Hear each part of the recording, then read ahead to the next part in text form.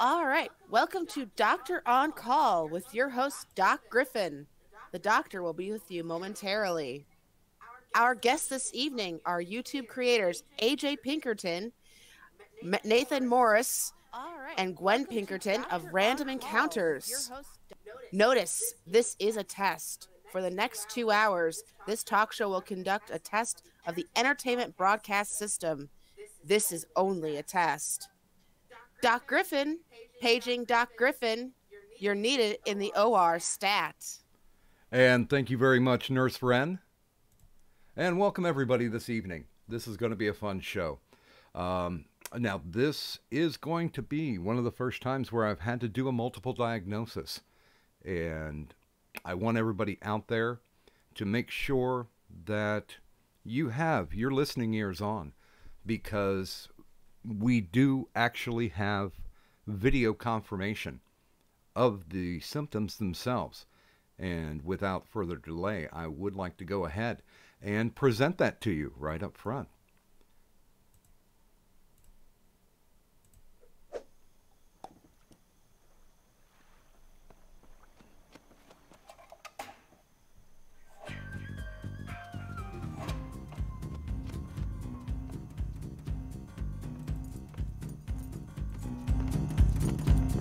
Sneaking through the night, but I'm not scared of Jason.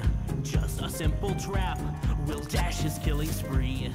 First I'll pick a fight, and once I've got him chasing, he'll trip on my trap, and when I hear it snap, I'll walk away scot-free. Ah! Oh!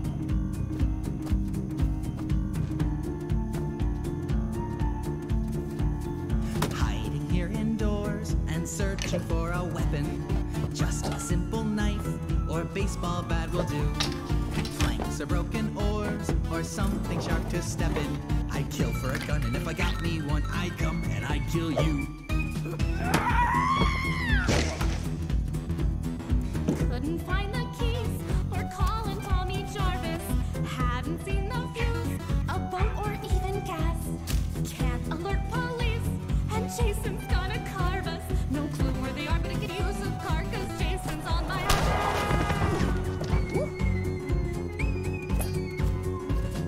to Jason's hut to steal his mother's sweater. Sounds like certain death and obnoxiously contrived. Jason, kick her butt. She's using me, don't let her. It's all just a con, poke it off her head. Wait, Jason, come on, please don't make me die. But listen to mom. Let me just instead survive. Dropped about to die, so disconnect from the game.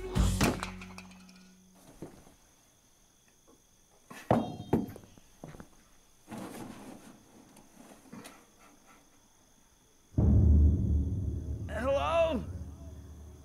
Hello? Someone there? I can't feel my legs. My phone's in my pocket. I left my phone in my pocket.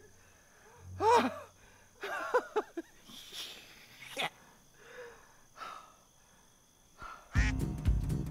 was gonna lose my daily bonus. Oh, phew. I should really get help for my addiction. Thank you to our ranch in the Sequoias for letting me come kill several of their campers, and also to Best Fiends for sponsoring this video. You can download it for free using the link below. Show us some love by watching our other videos, subscribing to the channel, or by listening to our music on iTunes, Spotify, Amazon, and more. Finally, click that notification bell or I'll be forced to kill you. Just kidding. Beard salute. Ooh! Special thanks to our Patreon encounters like Anime Obsessed. And with that, pardon me here for just a second, because I'm a boomer, people understand that. And with that, let's go ahead and welcome our guests. And apparently, I apologize, the window capture is not functioning appropriately. There we go. There we go. Yay. I'm old, but I'm feisty. Okay, and with that, I would like to welcome our guest this evening from Random Encounters, one of the co-creators, AJ Pinkerton, and of course the stars that you just saw in that video, Nathan Morse and Gwen Pinkerton. Welcome very much to the show. Hey, J Doc, thanks for having us today. And it's great to be around. Now, of course, people, you will just see the Random Encounters logo, but I think you'll get used to the voices very quickly. So, as is our protocol, we normally always start off from the beginning. And I'd like to know a little bit about, where you came from, and what basically started you as a kid on a path to doing what you're doing now. Wow, Doc, that's a big question. A long time ago. Back in the day. We have to do the old person voices for this. Shouldn't we do kid voices? Because we're doing a little kid? Oh, when we were little kids? When I was a little kid, I want to make videos, but there was no YouTube. Yeah. Hey, wee little takes that you were. Like so many kids, I think we started out with the idea that video games were just something fun to play with and maybe even make one day. But back in the day, there was no way to play them professionally. There were very few people that were making live action versions of their favorite video games, purposefully omitting the Super Mario Brothers movie that came out. I don't want to talk about that one, but It was great. What are you talking about? so I grew up in a very small town in upstate New York, and my friend Nate here, who runs a lot of things on the channel with me. Say hi, Nate. Hello. I grew up there as well. Yep. One traffic light, very small, full of cows, one of those kind of towns. And we used to make, we borrowed a parent's video camera, and we started trying to make our own videos based on some of our favorite games. What were some of them, Nate? What were we making? We did parodies of Resident Evil 4, Star Fox Assault, I think was the specific Star Fox game.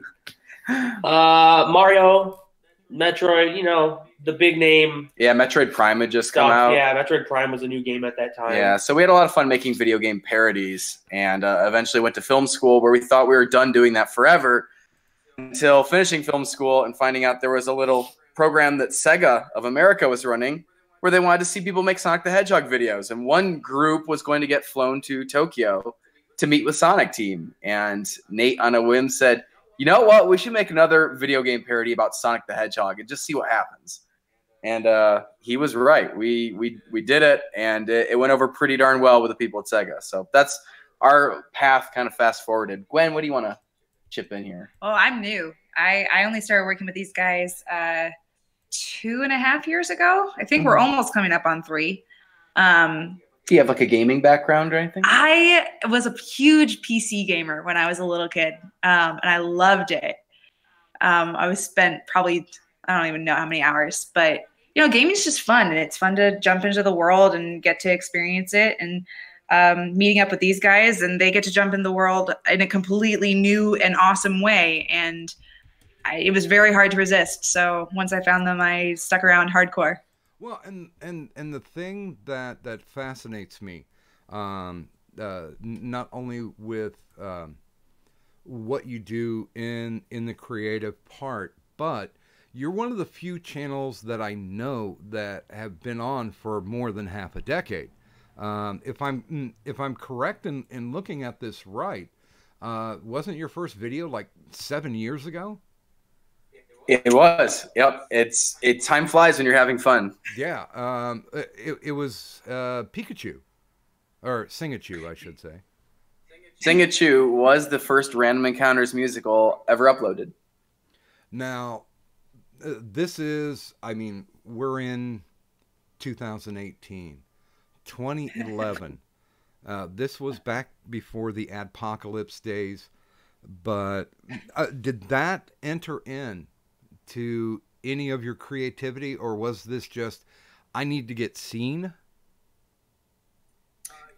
You're right. There was a big element of needing to get seen and looking for content that people would actually want to go click on, because I was living in Los Angeles. I still technically live in within like the county limits, but so I was living right in the thick of it and trying to find work, you know, in Hollywood after film school, and really struggling. You know, there's a lot of competition.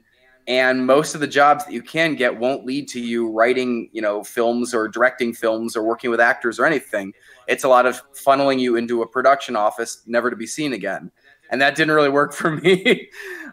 So the idea of, you know, we come up with some content to put on the internet and just get it watched, prove that we have the chops to make fun stuff that will entertain people.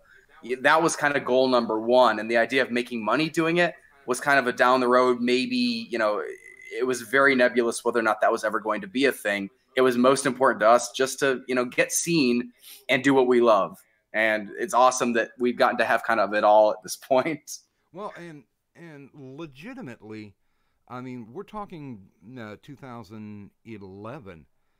This is, and honestly, I've been on the YouTube since like 2007 or so. Never bothered to do any content. It was more for promotional stuff that we were doing on the outside, and it was. And I'm not saying this in a bad way. It seemed more like the Wild West, kind of a tame Rule 34, if you would. So when you sat down and said, okay, we're going to do a channel, did you specifically say, well, you know, this is the content that I want to do? Did you have something that you wanted to test the waters with? I would say it was a very deliberate. It wasn't our first channel. Peter, who is not here on the call with me today, but who helped start the channel with me, he and I had tried, you know, one or two other like sketch comedy kind of ideas, and nothing that really took off. So this was the closest thing to a success that Needle Mouse the Musical, the one for Sega, was the closest thing to an actual like viral hit that, you know, I'd ever gotten to be involved with. And so in kind of launching Random Encounters, the idea was, hey, that Sonic one did pretty well. What if we try applying that to Pokemon? What if we do that to The Legend of Zelda? What if we try Assassin's Creed? You know, and nowadays it's just like, you know, anything is game anymore. Games that aren't finished are fair game for us now.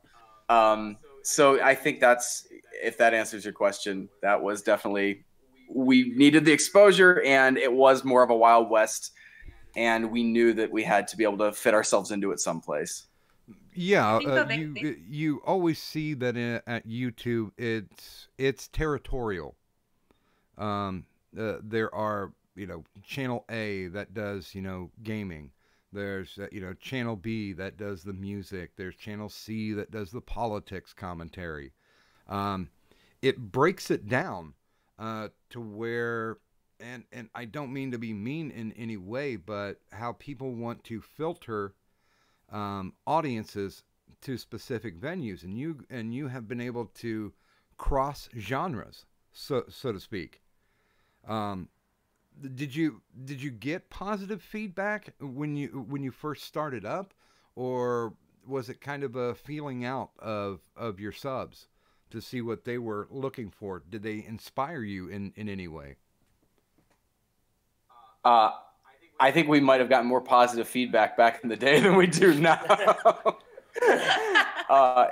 In a lot of ways, some of the earliest things we read were people that were kind of just like, I can't believe this exists. Somebody actually made this crazy Pikachu video. And like, I've never thought that I'd see a tap dancing Ganondorf in a musical number. That's incredible. It's almost like the bigger the internet gets and the longer, you know, we've been around, the more, what do you call that? Desensitized to all the weirdness people have got. You can find so many channels now that probably have a tap dancing Ganondorf. I don't know. But, well, do you find yourself, and I don't mean to jump this far forward, but do you find yourself now in the present day that there is, I mean, even with the amount of subs that you have, a bigger amount of detractors who basically just want to stir shit because they have a spoon? There's definitely an element of the more popular you are and the more attention that you're getting, the more bad attention you get. We find a lot that the smaller videos tend to have the most positive reaction because there are like hardcore fans who have stuck with us for 7 years and did know us back in Pikachu Day and did know us back in Tap Dancing Ganondorf Day. And they're still here because they really like the core of what we do, which is reimagining something that we love and something that we enjoy into a new mode and giving it back. But of course, we have videos that have, 20, 30, 40, 70 million views. And you just have all kinds of random people tripping over your content that don't really have a history with you. And you're a lot more likely to get kind of either a mixed reaction or a straight up, wow, this is kind of dumb. And I'm allowed to tell you that because I'm a stranger on the internet. Yeah. As they do. Oh yeah. I know that. No, I know that feeling.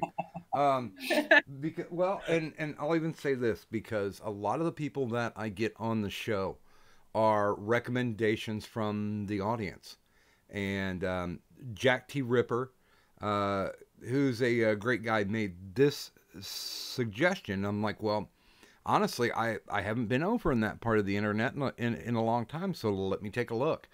And I spent...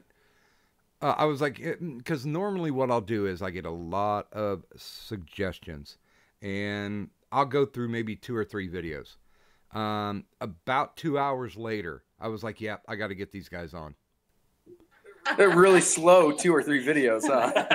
Yeah. No, I didn't slow them down. I ran them at regular speed.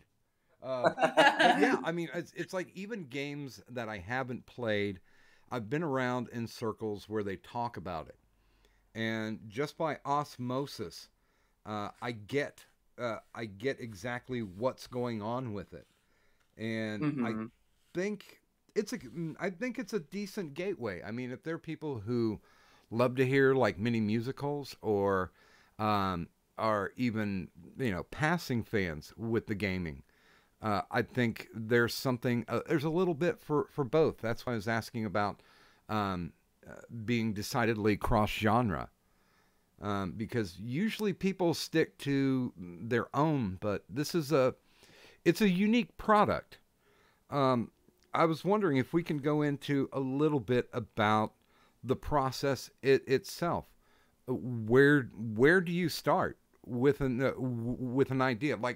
Like for instance, you just recently, the most recent video was you did a mini musical about Inklings. What was the process starting with that? That's an excellent question. And by the way, thank you for the compliment about cross appeal. That is a very hard thing to capture, and sometimes I question if we're actually doing it effectively. So thank you. I'm glad to have your vote of confidence. Oh, no. I even had people in the week that I was advertising it was like, okay, I went and I took a look. And, okay, I liked it. They got a sub out of me. That's awesome. Yeah. So the Inkling song is interesting. When we launch a new idea, there's usually one of about 3 things that can kick it off. Either it's a game that's trending.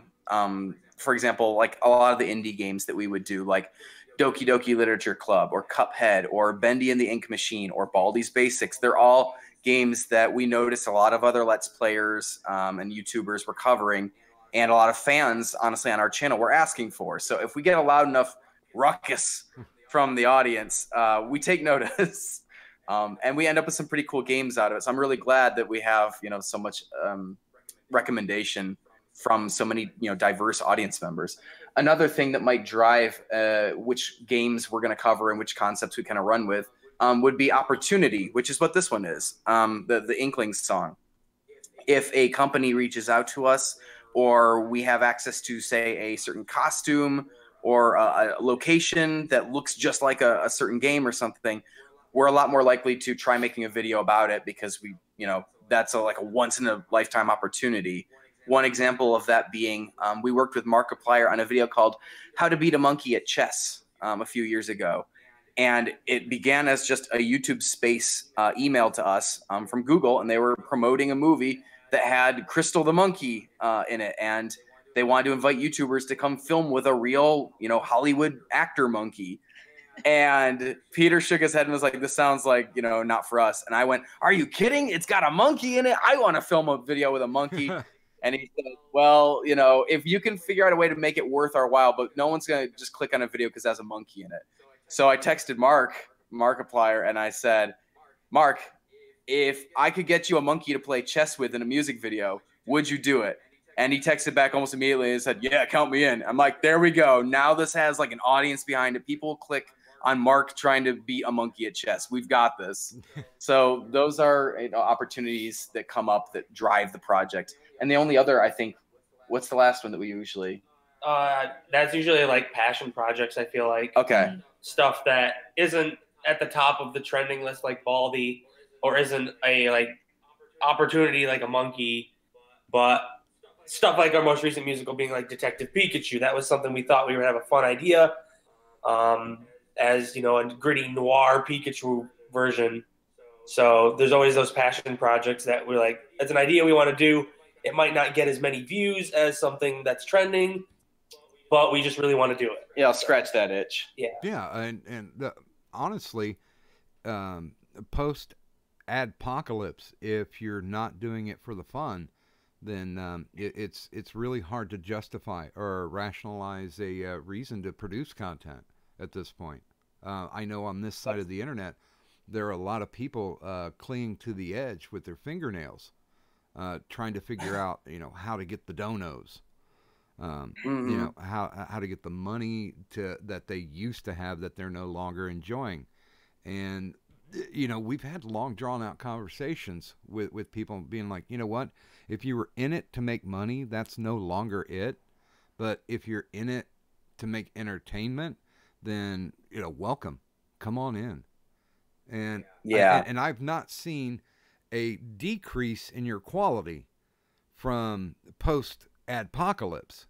Matter of fact, I see it increasing. There's, it's just amazing the amount of costuming that you get to it.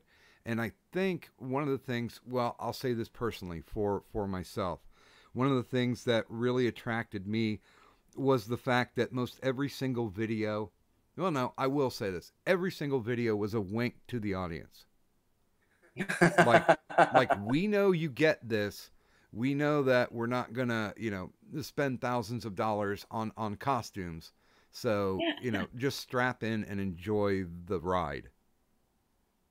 And that's what I find infinitely charming about your YouTube site. I think that's part of why we have lasted, over 7 years, is people can tell when you're having fun, and that winking and that us enjoying ourselves and really like playing into the parts that we're doing. People can tell. They know that we're having a great time and inviting them to have a great time with us. And that's the only thing that keeps you around for that long. That's the only thing that keeps you going for that long. And 7 years on YouTube is an incredibly long time. You count it like dog years. Was there ever a point that you got to where you said, you know what, I just don't want to do this anymore. Give me a 9 to 5.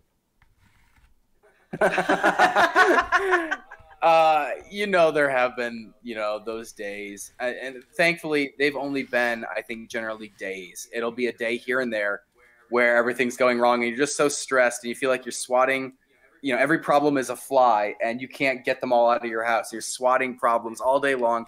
You get to bed and you know that you haven't swatted enough of them yet and you're just going to do it again tomorrow. And you go, if only I could just get up at 9, go to my job until 5, and then whatever flies, are there still, they're all at work. I don't have to take them home with me. They can stay there and they don't bother me. It's not my butt riding if all the flies are still alive. So yeah, there are days. So let's talk about this because, everybody on YouTube who is producing good content, dare I say excellent content, usually has a 9 to 5er. And do you find that when you're able to switch hats, that this is your catharsis? There was a huge. I haven't actually, confession time. I haven't had a 9 to 5 in a couple of years now, and I'm really grateful for that actually. But back in the day, there was very much like, in some ways, it was inspiring to have a regular 9 to 5 where I wasn't making video game musical numbers, because I would leave and I would be so stoked and excited to go do something that was more, inventive, creative, rewarding than whatever they had me doing, at a social media job for a fitness company or, wherever I was working. And so I do miss some of that actually. Now that I do random encounters full time, I don't have that contrast to think about, what I'm going to be doing after work all day long and how exciting that's going to be comparatively. Now, all day, every day, it's worn itself out a little bit to being just the norm. But you do find excitement still. Oh, definitely. Absolutely. And, I don't mean to make it sound like it's not a good job. I will leave this job if I never have to leave this job. I will keep it forever. Okay, now this one's going to be for Nathan and Gwen. Perfect. I want to know, what is the most trying role that you ever had to do, where you were handed out the script and you're like, oh man, this is gonna be good. Got a little truth bomb coming here. To me, singing is actually my weakest point. It's weird to say that on a channel that's all about musical numbers, but I really suck at singing. I'm absolutely terrible. Which is why you see me in a lot of roles like Baldy, where I only have to say 1 or 2 lines. But acting isn't really a problem for me. I enjoy acting. I can usually hit my mark, remember my lines, be consistent.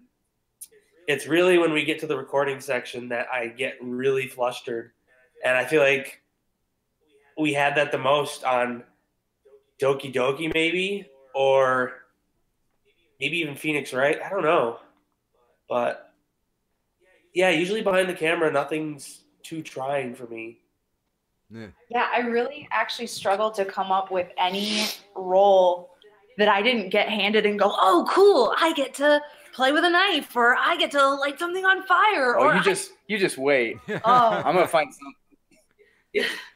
It's usually some of the behind the scenes stuff. I feel like that's more trying. Yeah, I mean, like probably the worst times I've had on set, we had one that was a super late night shoot and I just got tired and I could not perform anymore. We'd been going for 6 or 7 hours at that point. It was 5 a.m. and I couldn't do it. And I remember like trying to barrel through, and it was rough. And AJ looked at me and said, it's time to quit. And we cut the shoot and did it again the next day. And that was rough.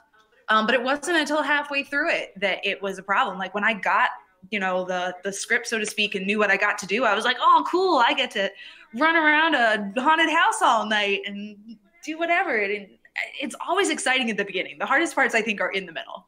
I mean, some of them are just conditions you can't control that make it difficult. Like you showed the TF2 You and Me at the beginning of this. That shoot was miserable, if only because it was like 110 degrees outside. Well, we'll be showing that at the top of the hour. Yeah, spoilers! That later. Spoiler alert! Sorry, I thought you showed that already. My bad. No, we did Friday the 13th. So let me evolve the question a little bit for you, Gwen. What was the most challenging role? The most challenging role? Probably the first musical that I actually carried mostly by myself, My Own Little Nightmare. That was the first time that I sang an entire song. It was the first time that I was really the focus point of an entire shoot. There weren't even other actors on that shoot. It was literally me, AJ, and Peter in our garage with a fog machine for like 8 hours. Probably longer.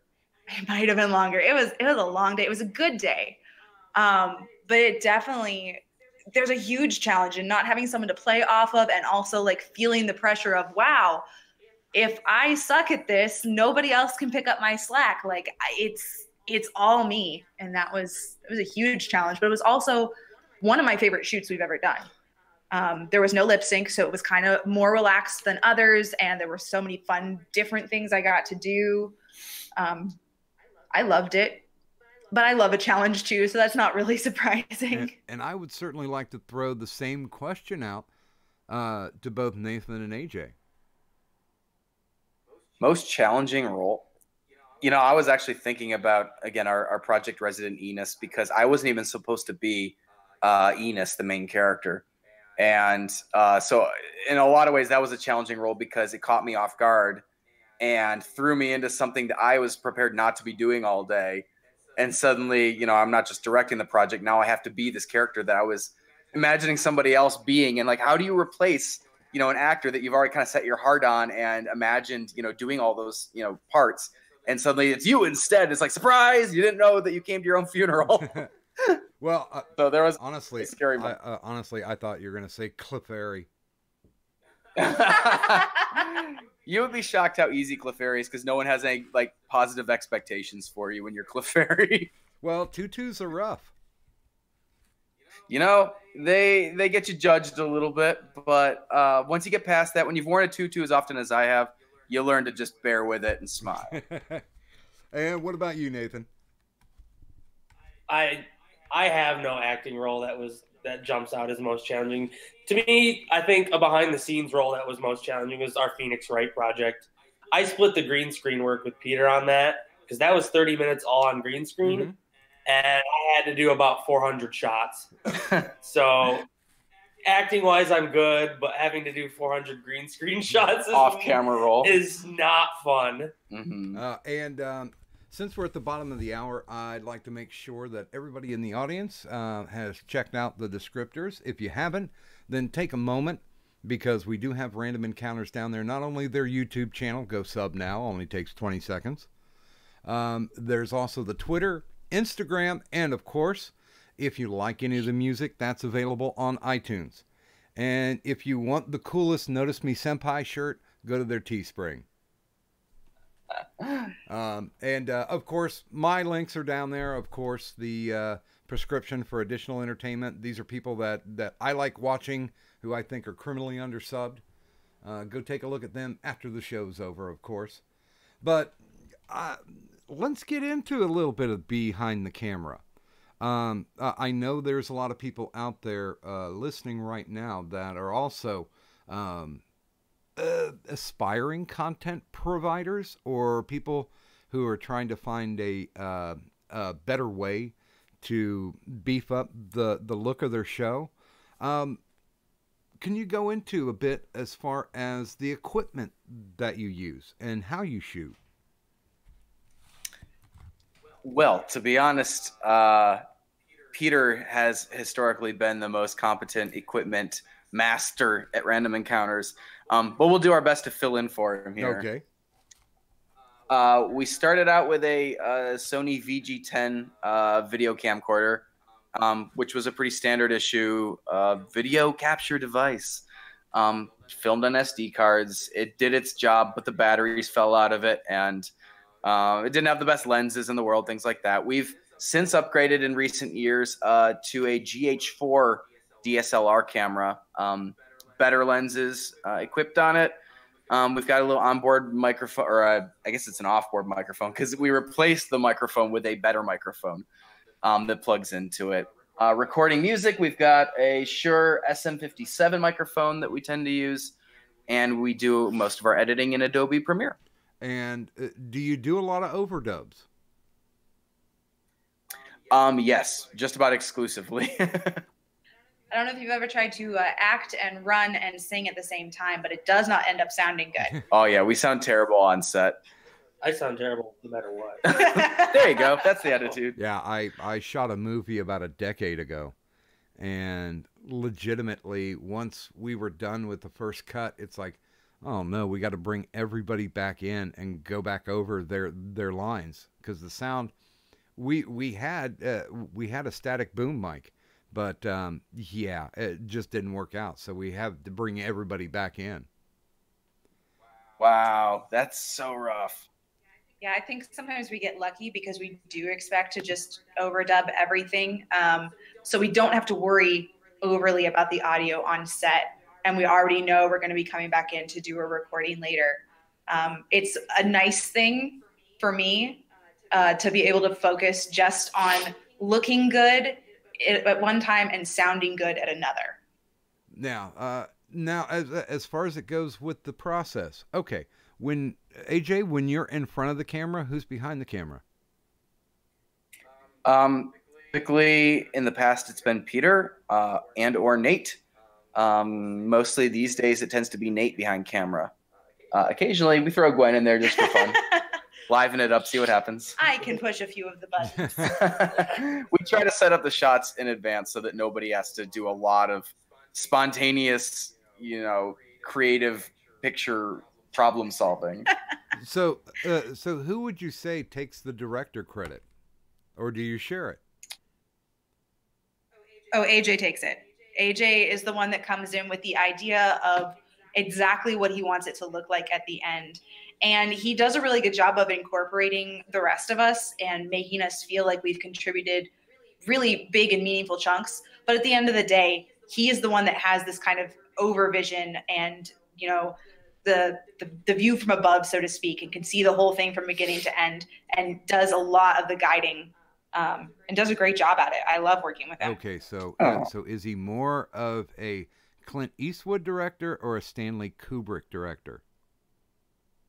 And by that I mean Clint Eastwood does very few takes, and Stanley Kubrick did so many takes it made his actors vomit. Stanley Kubrick probably. AJ has this tendency of while we're doing takes, he'll be like, "All right, one more take." Every director does that. And then he'll be like, "All right, one more take." One more take. One more take usually means 12 more. It's good. Like, we all get a lot of practice at what we're trying to do. It's certainly better to have more footage than not enough footage, but as someone who is generally on the editing floor doing rough cuts of the musicals, I look at the footage, I'm like, we have way too much. We're not going to be able to use these shots. Like, there's so much to cut. There's so much to go through, which is a good thing. It's better to have more than be like, we don't have enough. We need to reshoot. We did not film enough stuff. So... Now, do you find yourself using multiple camera setups, or do you use single cam and then switch around? We're almost exclusively on a single camera. We don't really have the crew most of the time to have multiple cameramen looking from different directions. And honestly, a lot of our shots end up having so much motion in them that trying to avoid another camera wouldn't be easy or fun. So we roll with the single camera and get as many different angles and shots as we feel are necessary. And I think that's a really good point to make, because a lot of people do just the wide and then a little bit of close-ups. But even I found that working with actors, I had one guy who was completely into doing Dutch angles. And we did a scene. Love our Dutch angles too. Yeah, we did a scene where we did just Dutch angles on everything, and I don't know why, but it made it funnier. Definitely things that are unexpected or make you look at things in a different way than you're used to looking at them. They surprise you, and I feel like surprises are half of what makes something funny. Oh, definitely.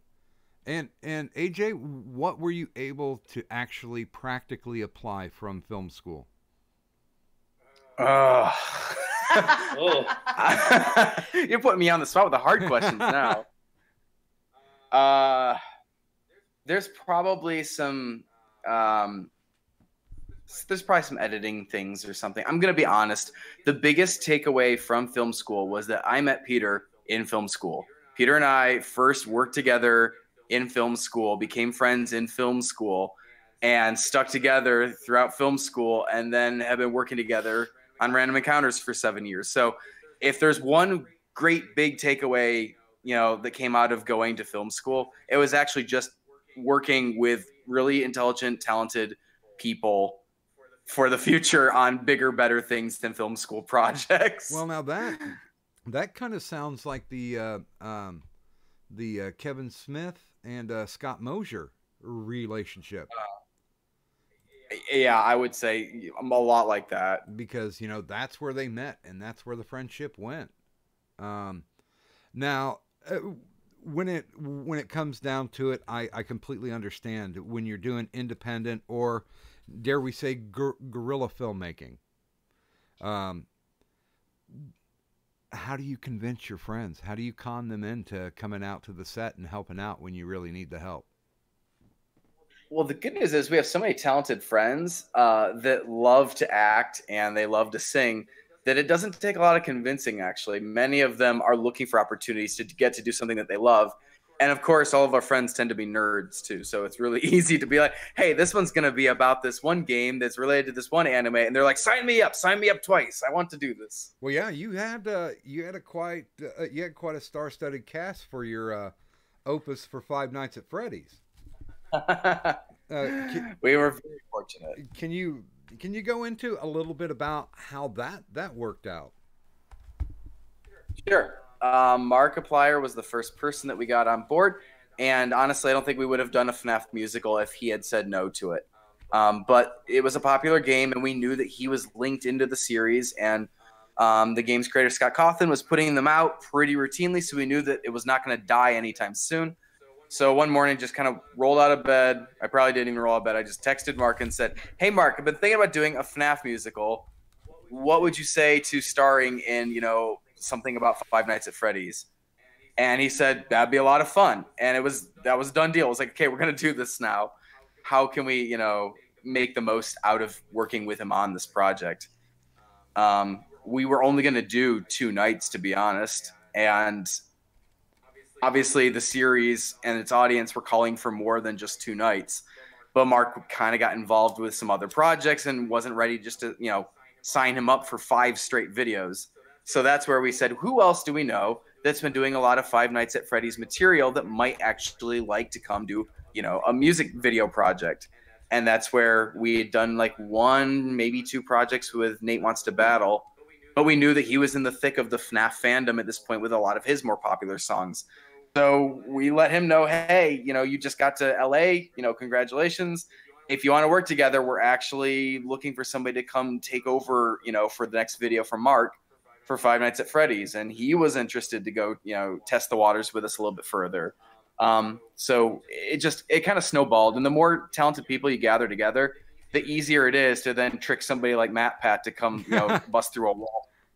That was a cameo that I did not expect, but it wasn't, I'm throwing Matt Pat in just because it's Matt Pat. It was actually relevant to the story. We were really excited, and I was worried that he was going to be too busy, but he had so much time between us starting the series and ending the series that inevitably, he was able to fit it into a schedule. Well, and let's talk about this because it was a series. Was it 5 episodes? It was. Okay. And did you have like 1 and 2 written, and then it was from the encouragement of fans that you're like, okay, well, let's go ahead and keep this going for a couple more. Let's flesh it out, because honestly, most of your videos are in and out. Here's the joke and a wink, but this one had a very nice through line all the way. Well, thank you. And you're right. It started out with just 2, and the fans really are the reason it propelled into becoming a whole 5-part. Because to us, the joke was ending with, oh, you're scheduled for 4 more nights, just like the game, Five Nights at Freddy's. So we thought that was like enough of a joke. But part of our agreement with Mark had been like, hey, we want to give you something other than just an experience. What if we add a little quick second song, that you can put up on your channel so that you've got content and you can, monetize that, and it won't be like a loss of your, time for nothing. So he was really excited to get to have, a song that shows him singing and stuff on his channel. And we thought, okay, so there's 2 videos that kind of connect. It doesn't actually, say they're going to show any more nights after night 2. And it's kind of a complete story. But the fans were not ready to accept that these puppets were done. Freddy Fazbear's was done. Mark goes to jail. That's the end of the story. They really wanted more. And we went, okay, maybe we can extend this. Let's see what we can do. And it continued. They really pushed it through from night 1 to night 5. But it is solid. It's cohesive. I mean, it did not. If you sit back and take a look at it, you can't really tell that it wasn't planned for 5 videos. I'm glad it's not that obvious. Yeah, I mean, that's another reason why I got into it, because when I go back, I always do research before I ask anybody to come on to the show, and that was one of the first ones that I clicked on. I started clicking on the games that I was familiar with, or that I watched Let's Plays, and I still think one of my favorite ones has to be the Portal love story.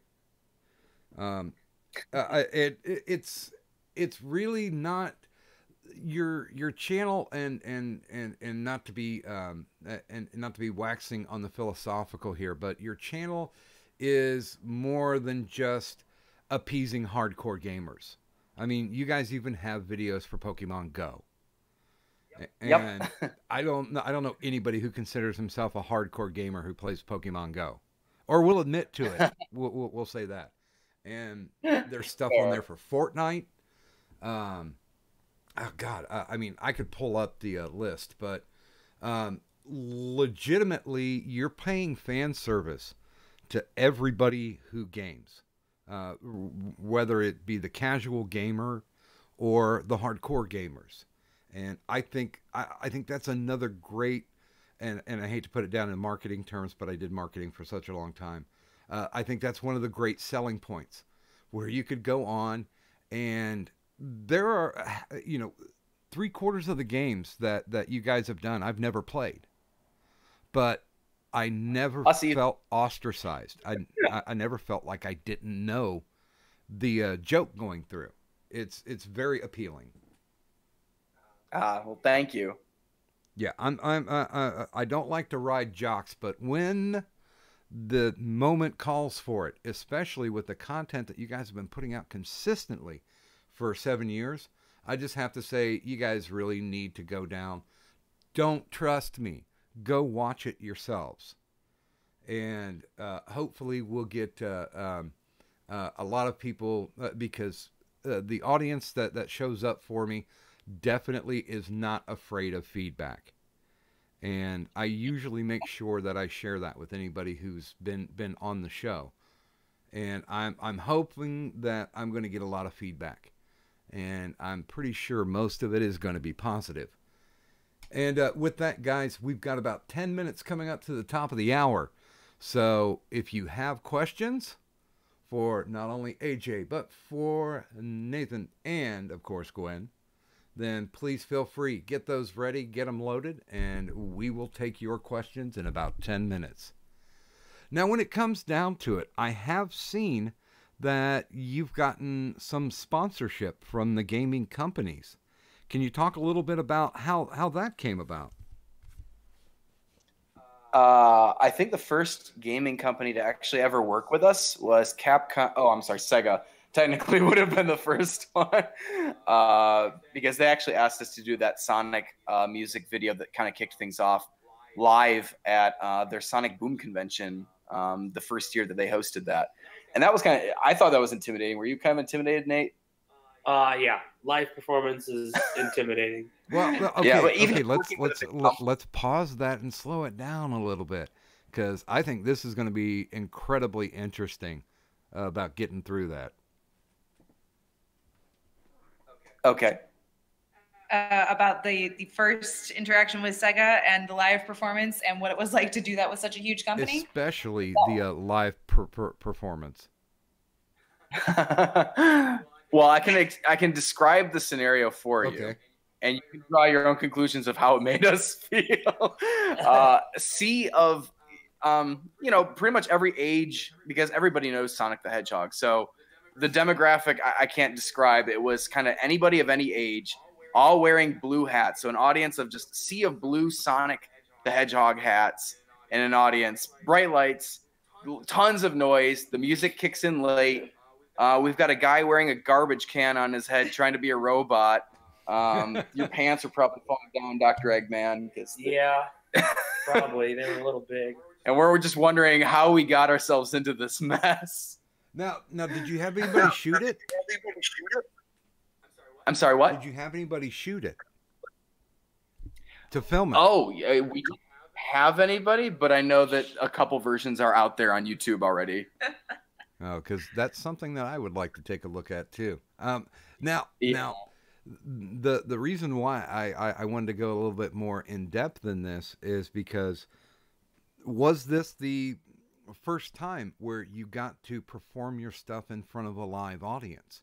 And how was that feeling compared to watching you get multiple clicks, day after day, checking your stats on YouTube? Mm-hmm. This was the first time that we got to put on a song that you can find in Random Encounters live in front of an audience. I had theater experience, so I kind of knew what we were getting into. But this is the first time I was getting to do my own music number in front of an audience. It was a lot more scary than just putting up the video on YouTube and it magically, the view count keeps going up and people, leave you feedback. I know I saw feedback about the live performance online too. People that were at the convention described it as weird. I think maybe a little sloppy or tasteless, but fun. There were a few different ways, and I wasn't sure if I liked all of the ways they described it. But generally speaking, I think it actually had the flavor of Sonic the Hedgehog through and through, which was it could have probably been handled a little bit better, but had all the nostalgia and a little bit of attitude packed together and more than enough of those knowing winks you've referred to make everybody still kind of love it anyway. So at the end, it felt successful, but it was definitely a more daunting experience than uploading to YouTube. Well, and I think that's one of the things, because I know when I first started doing stage work, I was terrified, but terrified in a good way. How rewarding was it to get instantaneous feedback on something that was essentially your baby, your creation? I think it was different because I had never felt like I had fans like that until that day that actually, wanted to come take pictures with you and shake your hands. Because, hey, you're those guys up on stage that just did that, whole Sonic song. That was hilarious. So it was a little otherworldly in some ways. But there was still that it was hard to shake the fear that some of the people in the room were instead judging you and being like, well, that was terrible. I'm going to avoid those guys. Now, of course, there's one of two reactions that you can always have with a live performance. Either it feeds the fire or it completely puts it out. At that point, did you guys feel that you wanted to do more live stuff? Yes, I think, but maybe just for the challenge of doing it better next time. So when was that next time? The next time probably would have been, we had a convention. We had never really done conventions, but realized that it might be a valuable addition to Random Encounters marketing to, go see and meet gamers and anime fans and even just YouTube fans at conventions.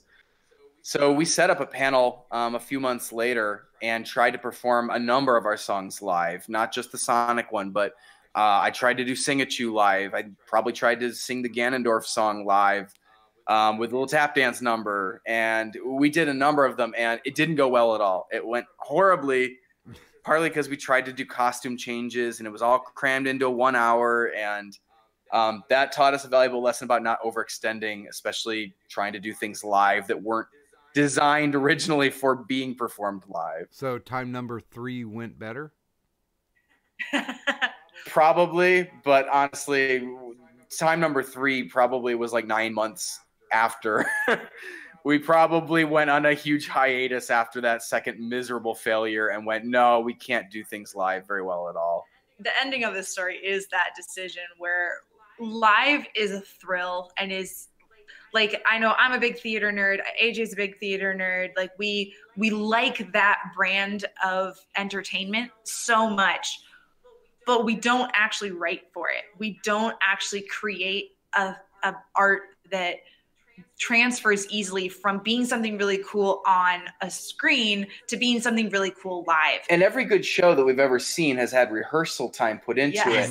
And on YouTube, you know, when your job is to make sure every Friday there's a new video and at least once every 3 weeks a new musical number has been written, edited, and posted, it becomes very difficult to also give any of those videos due time, you know, rehearsing to perform live. So as much as I would like to actually do a Random Encounters Broadway show one day, I just don't see it happening because the demands of YouTube as a platform are just too high. Well, just wait for nostalgia to kick in, and then, and then you can get off Broadway. Good shoot for that. We get, I think, our best feedback and our proudest of our work by posting it to YouTube or anywhere that's in a video format. We're good at what we do at this point, and we're pleased with the product when we do it that way. Well, I think it's exceptional. I think you can see the care that goes into it. I think you can also see the positivity, the joy that everybody exudes. Nobody in any of the videos that I've watched, and I'll state it again, I watched over 2 hours worth. I'm guilty. And it was just, I was caught up in the fact that the actors were having fun. Even though I didn't know the basics of the games, I understood the passion that was coming through. And one of the big things that I always push here is a little saying I have called, you need to flex your pec, which is you have to have passion for what you do. You have to make the effort to do it. And you have to be committed to see it to the very end, regardless of what the outcome is. I agree a lot with that. And yeah, everybody says I need to put it on a shirt, and I'm like, you know, like my shirts sell anyway, you know. Can I feel that? That's actually like right on the money. I feel like in a lot of the discussions that we have, and I'm kind of mad that you have put it so succinctly. We've been like trying to say that for ages, but yeah, you're perfect. right. Like that passion and that drive and that ambition all rolled together are very important. Yeah, because I mean, you're gonna get down in certain points, but you have to continuously keep the passion stoked. You have to make sure that you're making the best effort that you can. And yeah, I mean, I don't know any creative soul who gives up in the middle. You are committed. You are there till the very end to see something good happen. And, you know, at the end of it, even if it's something that crashes and burns in flames, you can walk away saying, I did the best that I could, and I'm going to do better next time. Absolutely. And, well, we're kind of at the top of the hour, so let's go ahead and see if this old boomer here can go ahead and get the second load up. Bear with me here for just a second. I think this is going to work. And, and I expect some applause from the audience that I'm not such a boomer that I actually am. So here is... here's a little ode to Team Fortress 2. Follow me, Doctor. We will kill these tiny baby men. 9, you idiot. They outnumber us 9 to 1. Don't worry. They are too puny to kill me. Doomcough. You babies are all dead. Hold on, sit tight, don't be impulsive. I can't keep you healthy when you're acting so reckless. I want to fight! Why so compulsive? Charging in is stupid and entirely feckless. Take a moment, I urge you to consider the facts. Boring! I can't possibly save you from thousands of wounds incurred by brazen attacks. Why not? You, me, fearing this together, can we please be just a bit more clever? Do you hear me? Heavy, do you ever use your head? Yeah! That guy's gonna end up dead. Fight me again, you cowards! Calm down, just chill, don't be a baby. Hey. Counter strikes are pointless when you're not thinking clearly. What? stay put, stand still, and then just maybe you and I will hatch a plan And make them pay. dearly. Heavy just want to crush them. Stomp them into the ground. Yes, of course, but if we carelessly rush them, I'm sorry to say that we will not be around for long. You, me, we can win this battle. You are puny. I'm as strong as cattle. You will hear me. Heavy uses Gatling gun and This is then not what I meant. enemy will end up There dead. are a few complications. They have a scout sniffing us out and a pyro. Tiny men. They're engineers, turret is here on the crest. I eat turrets for breakfast. They have a spy lurking nearby, plus a sniper. My sandwich. Their demo man's armed with the Manco's very best. Hit the dirt. Okay, you win. Let's kick their keisters. No one shoots at Heavy while he's eating his sandwich. The doc is in. Prepare the Uber. I will take the payload. Bowsy has the advantage. Sure, they may see us coming.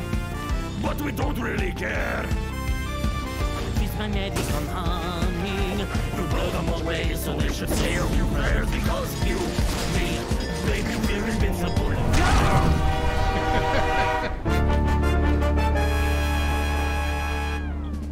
Oh, God. Hey guys, thank you so much for watching this video. If you like the song, you can download it on iTunes over here. And you can also support us on Patreon if you want to back more musicals just like this one. Subscribe, use the bell, and check out our other videos over here. AJ, Beard Salute. Thanks, Troy. Okay, I do have to ask. The beard salute? Yes. I am not familiar with the lore. Okay, so there's a character on the channel named the Beard, and he only makes oohing sounds like ooh. So we just kind of invented. He's in most of the videos, most of the music videos, kind of hidden as an Easter egg, and we just decided to extend his influence a little. Ah, okay. Well, it never hurts to have some in-jokes. Because it makes fans search. And speaking of fans, let's go ahead and start popping some questions off here for you. And, of course, we'll try to get to as many as possible. We have a little bit of a time constraint here, so I'll try to roll through these as best we can. Jack T. Ripper asks, this question is for Gwen. How do you compare your performance of Yuri singing versus Imarichu and Kathy Chan's performance of Yuri from DDLC? That is a very knowledgeable question, and I do not have the knowledge to back it up. I'm sorry, I don't know either of those names. I really had very little contact with Doki Doki Literature Club until it came up as a project that I wanted to do. And I watched a couple of people play through it, so I knew like the story itself, and I really loved the story. And I fought hard to play as Yuri. I know casting got shuffled around a lot in between there, and Yuri was my favorite. She's just fun. Like the fact that she gets to be unhinged makes her an incredibly wonderful character to play. She reads books too. She does read books, and I'm a big book fan. Well, but I don't know either of those other ladies. I'm sure that they are fantastic and probably better than me. I don't know Kathy Chan, but I've done a little research on Imarichu, and she's good. That's the best that I can say. Now, this kind of leads into a question that I have about, do you need to play the game to be able to write the musical, or can you do Let's Plays to be able to get the feeling for what you want to make? I think you can just watch a Let's Play, but I think you'll find you can form a much better connection with the audience if you can absorb more than just Let's Plays. That probably goes without saying. The better, your knowledge of any subject, the more thoroughly you can, talk about it and find all the little cracks and the funniest things that the community pokes at. For us, with some example being like the Inkling song we just produced, we wanted to use the term woomies in the video, and Nintendo was actually very hesitant about that, or our contact. Nintendo ended up fine with it, but they had said, I don't know, that sounds like a little niche thing. We're like, well, that's exactly it. It's a niche thing. It's a sound that the Inklings make that fans of the Splatoon games, they're all about it. They think it's hilarious. You know, they go, Woomy! And so they call them Woomies. And I'm like, if we do that too, they're going to know that this was made, you know, kind of by fans for fans. You wouldn't necessarily know that if you just watched a Let's Play, though. Yeah, and I mean, there are things that I don't get, but I think that's completely okay. I don't think it takes away from the enjoyment of the actual musical. I also really liked the Eevee song too.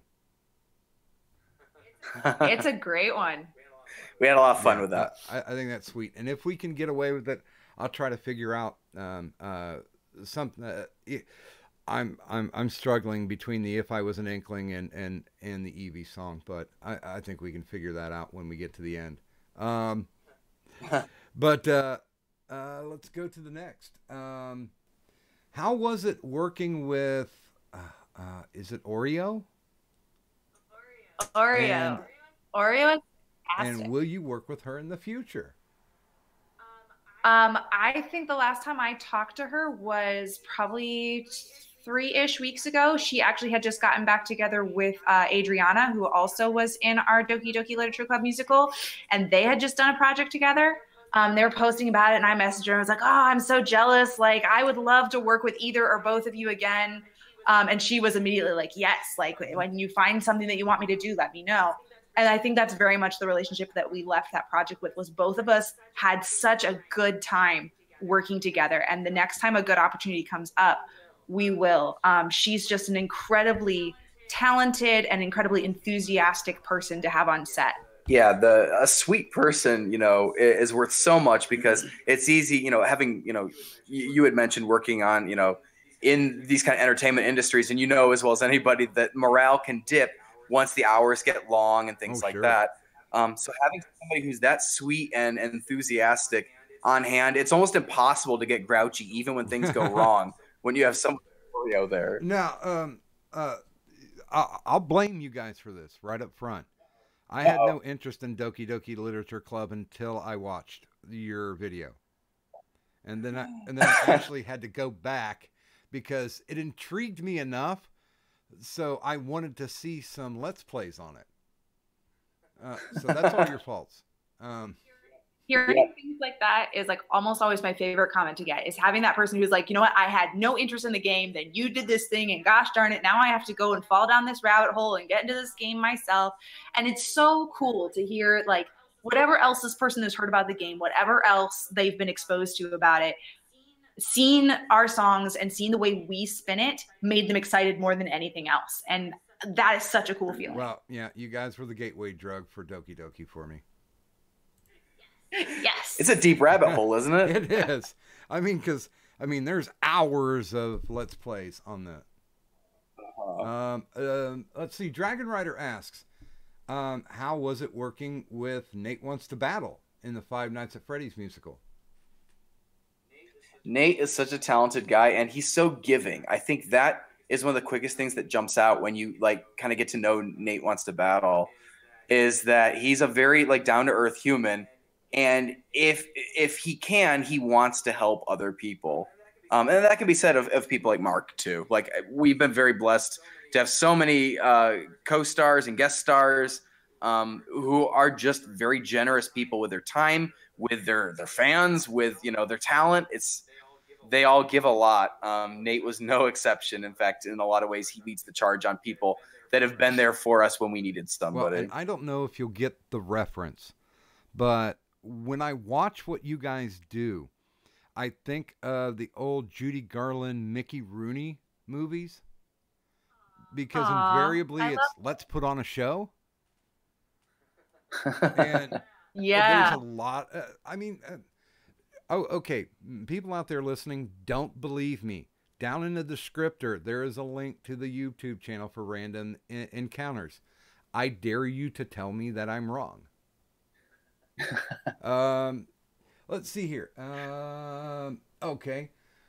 would a production of retro 80s video games be in the future? Huh. You know, that's a really excellent question. It's something that we've touched on a couple, 80s, video games, but there are so many more. There's some really genius, brilliant games that were made, back in those older, eras, and they could make really fun musicals, I think. I don't know. What do you guys think? I mean, there's a lot of potential there. It's one of those things that we always have to, something like that always falls under the passion project kind of thing for us, because the way the channel's gone with, the independent games that the people enjoy watching, it'd be hard to sell like a Joust musical now or something. Nathan, get out of my head. It's not that we don't want to like do it maybe someday, but it is one of those things like, man, they're just not even going to know what it is. Nathan, get out of my head. We were talking about Joust last night. I run an overnight stream called the IRS, the Insomnia Ramble stream, and we got into talking about stand-up video games, and we could not figure out how high did you have to be to make a game called Joust. I'm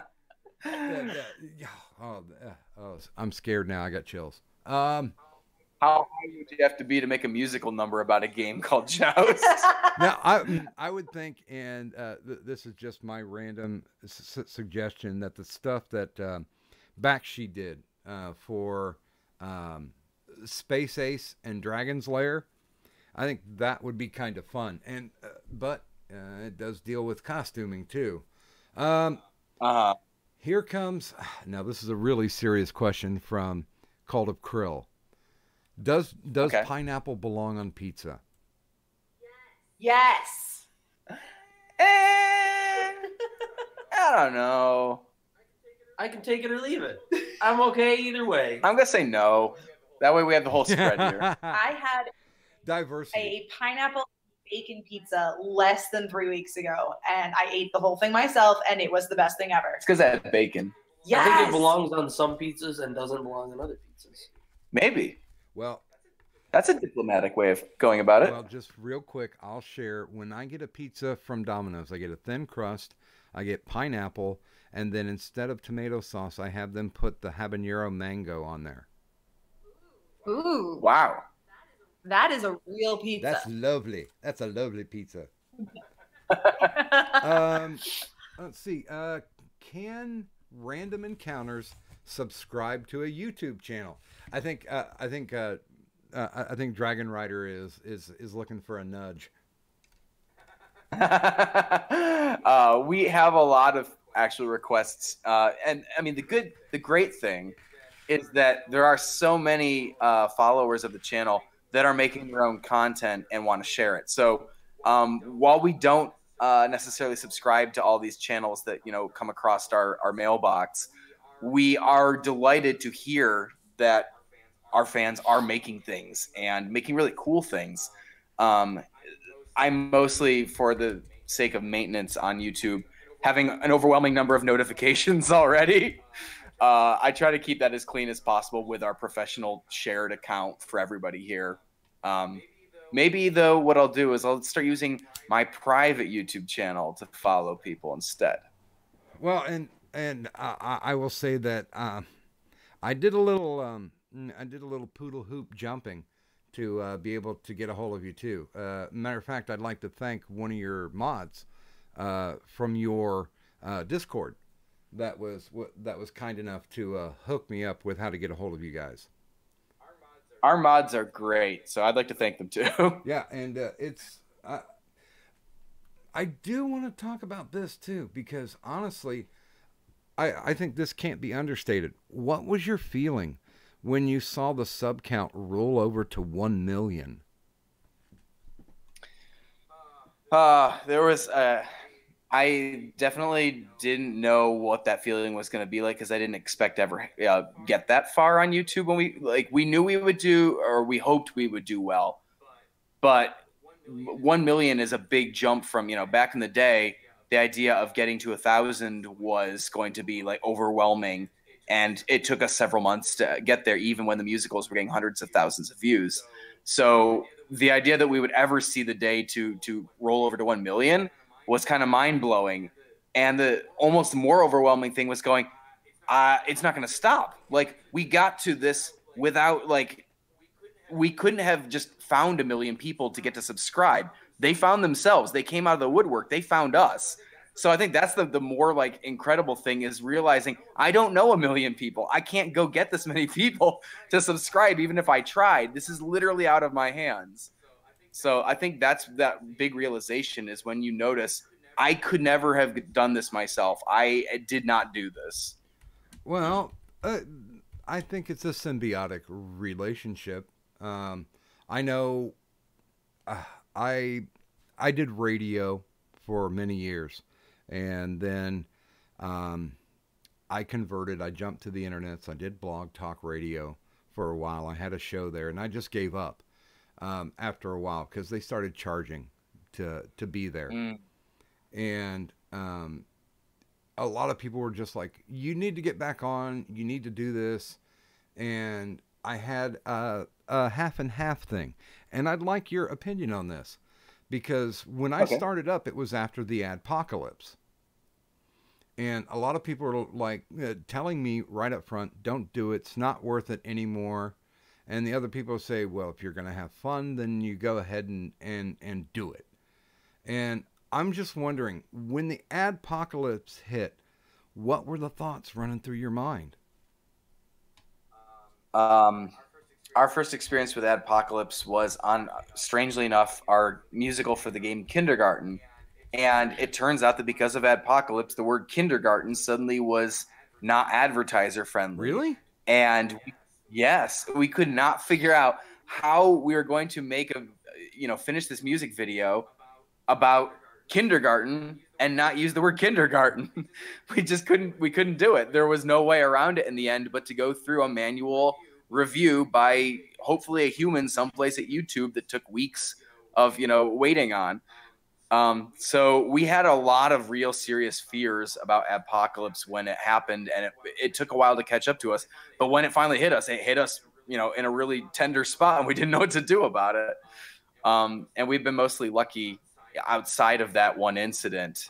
And by the way, the reason apparently is because advertisers are, very sensitive what, is being sold to children. And so it wasn't that kindergarten is an inappropriate term. It's that advertisers don't want to risk that their product isn't appropriately being sold toward children or directed around children, I guess. So either way, you wanted a vote kind of on the 50-50 of whether or not post-apocalypse YouTube is still worth it. I say it is still, but I say that biased because, again, our channel has not had many problems. If we had that every single time, I probably would vote no. Run as far as you can. Well, and a lot of people who are in it for the creativity, for the expressionistic aspect of it, those right now are the channels that we're seeing that, I mean, not necessarily have a buku amount of followers, but I will say this: the people who tune in to watch what I do every Tuesday, they're strong, they're vocal, and they really don't know. I mean, I can tell them right up front. But let's give an example. The week before you guys came on, I had adult film actress, legendary through the 80s, Ginger Lynn on. And it's essentially, I like to have interesting conversations with interesting people. And that's what keeps my fire fueled. And I think you guys are no exception to the rule, because you are making content which should be across the board enjoyable. There's really no controversy to it. It's fan service. It's saying, hey, we like gaming too, and here's how we're going to do a nod and a wink to it. have you? Well, let me ask this: have you ever drawn fire on a video by the gaming community, as far as you're getting a lot of thumbs down on it? Was there anything that got an adverse reaction that you didn't expect? Oh yeah. Why, funny, you should ask. I assume we're thinking of the same one right now. I'm thinking Fortnite. Yeah. Oh, Fortnite was funny. Fortnite was funny, but I think we got such a reaction just from posting the teaser video of people going, please don't do this. Like, why would you stoop to Fortnite? Which was such a strange reaction to hear people say stoop to Fortnite. Because it is such a popular game.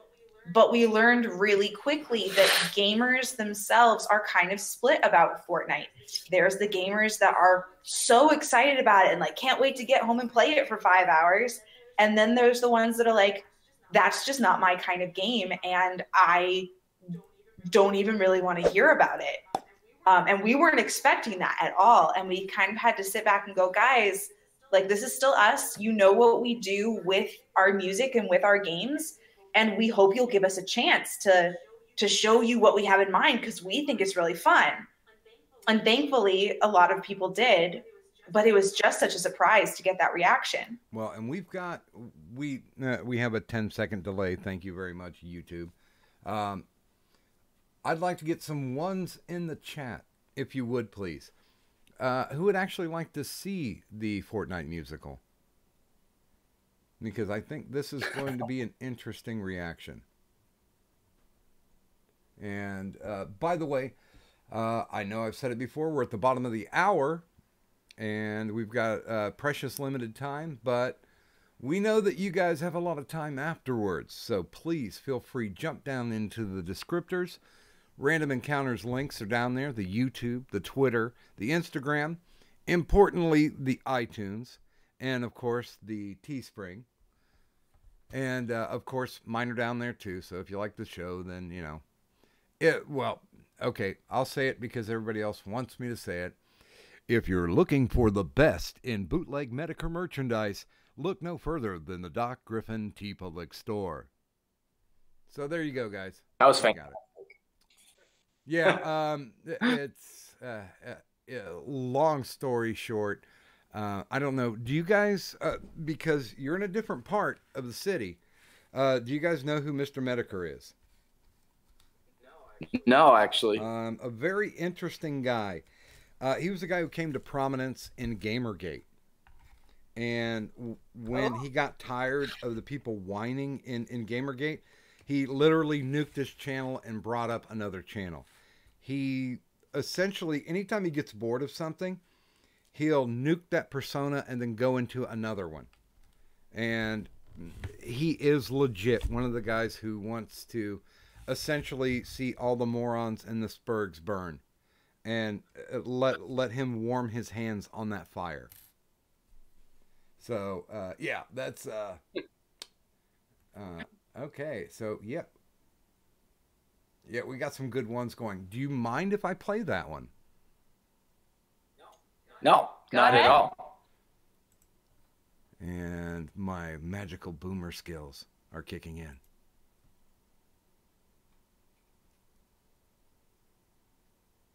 Oh, God, I'm such a boomer. Okay, here we go.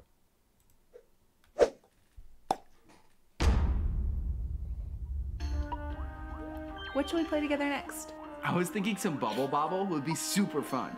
You play the cutest games. I mean, or we could play some Fortnite. Isn't that a shooter? Yeah, I think it is. Baby, that doesn't sound like your kind of game. You play games like this with Pikachu and Kirby. I play lots of games. Like Fortnite? Especially Fortnite. I'm off the bus and floating down. I'm gliding through the air. Gotta search for chests inside this town and hope that no one's there. Gonna find a gun or two, cause killing you's the quickest way to get some loot. So stand still and wait till I have the chance to shoot you. Where have I gone? Did I explode? Why's all my stuff in the road? I'm number one. I'm the first to die. I'm number one to be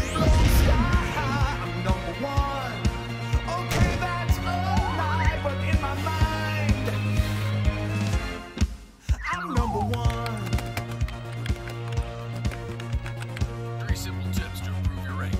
Learning is the key to success, so I survived the storm. You won't stand a chance. Traps are extremely dangerous, so watch carefully. I'll break some brick and place a wall to keep my foes at bay. Then I'll build my fort 10 stories tall till the base gets blown away. Wounded by a shotgun slug, I'll chug and chug, and hopefully I might survive. The storm's taking form, gotta run to stay alive. One careless step, one fatal blow, just one more round, 'cause I know I'm number one in the Reaper's eye. I'm number one to say my goodbye. I'm number one. I accept a tie. I can't deny. I'm number one. My keys are dull. This screen is way too small. The lag, my pain. I'll blame the mouse, the cat, or almost anything. My quarter four is looking fine. My bush disguise is lit. Yo, this boogie bomb's not even mine. And the shopping carts, the shoes breaking through the basement walls, the bathroom stalls, a perfect place to place a trap. No duo knows you know who's hiding there to crap. 100 foes, all want me dead. One round from now, they'll have said I'm number one. Eating humble pie, I'm number one. Yeah, I'm that one guy. I'll save the world while I ugly cry and question why. I'm number one.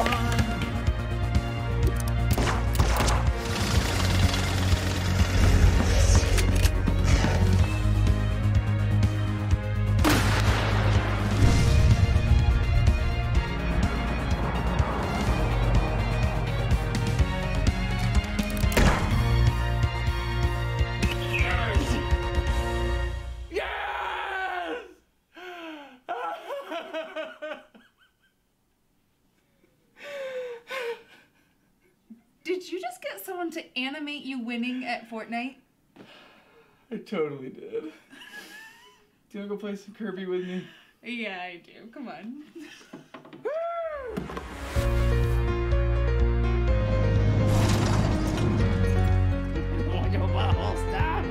Hey Jay, I'm AJ. Thank you guys so much for watching this video, and thanks to Coda who animated it for us.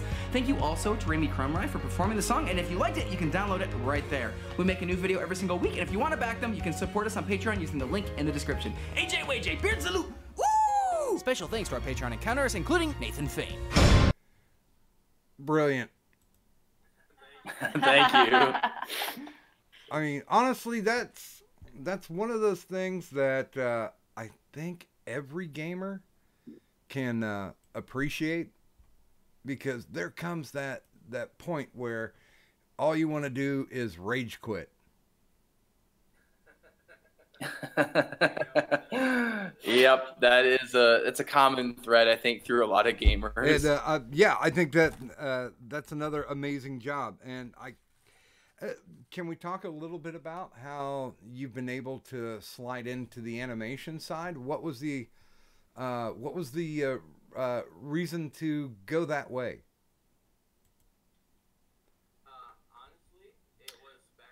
Honestly, it was backlash we received from our Cuphead musical that came out earlier this year.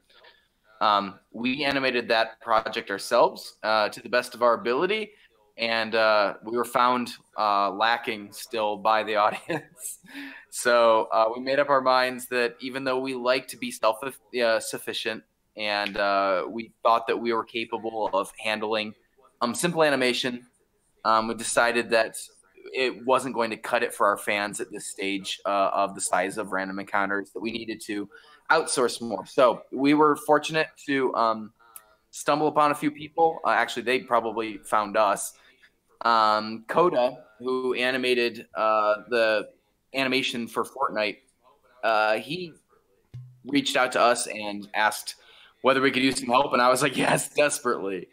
And explained the concept, and Coda was right on board. And you can actually check out Coda Animation, I think is the name of his channel. But he's done a lot of music videos for other YouTubers as well. So no stranger to the idea of doing a music video with some, I think, sourced filmmaker animation.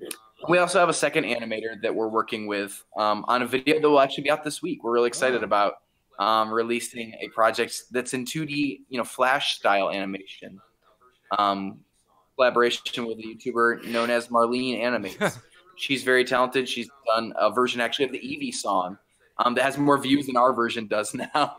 But she did a really good job with it. So we were excited and we reached out and said, hey, would you be willing to do a new video, in collaboration with us? And she was absolutely on board. So that'll be out this week and we're really excited.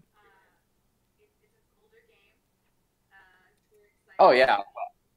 I'll let one of these other two give a hint. It's an older game. We're excited about it. Okay, an older game that we're excited about. Nate, what do you got? It wasn't Elder Scrolls. I mean, it's Zelda. I'll tell you that much.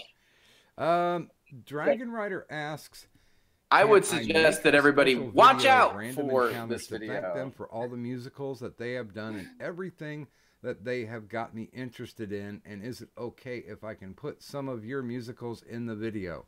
Wow, that's a long question. I think that's better asked like maybe in your Discord.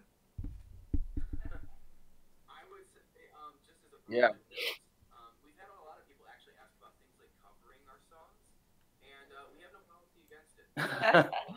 I would say, just as a broad note, we've had a lot of people actually ask about things like covering our songs, and we have no policy against it. People are absolutely willing, if they are willing to put up a video and put themselves out there trying to sing a Random Encounters song or animate their own version of a Random Encounters song or whatever it is that they want to do. If they have something creative they want to try with our work, we have no objection to it. We actually really like that so many people find cool, creative ideas that they'd like to try and express themselves. Sometimes they do a better job than we do. So I say go for it. Asks, have you thought about crossover musicals like Five Nights at Freddy's meets Bendy?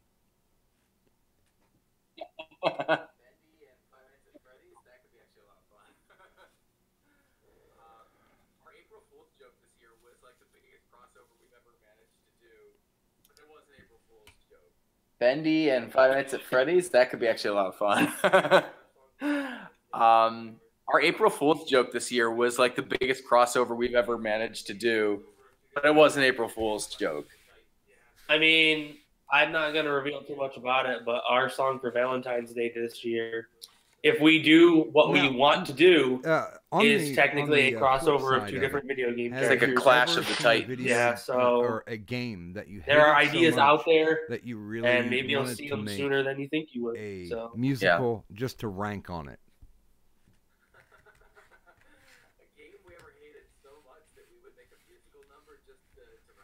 Yeah.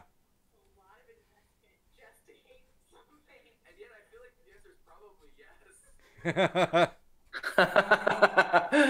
game we ever hated so much that we would make a musical number just to rank on it. A lot of investment just to hate something. And yet I feel like the answer is probably yes. Trying to think which we've had fun with games we didn't think were good before. A perfect example actually is we made a song this year called Let Me Go, featuring Nate and Gwen, about this mobile game that came out called Granny.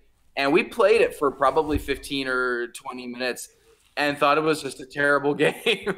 But everybody else on the internet seemed to be like, really jazzed about at least like, watching other people play it and things like that. And so we made a musical still for the game Granny. But it was never a game that we thought was particularly well made. It was just a popular game. And we thought we could do our own fun idea kind of based off of the lore of it.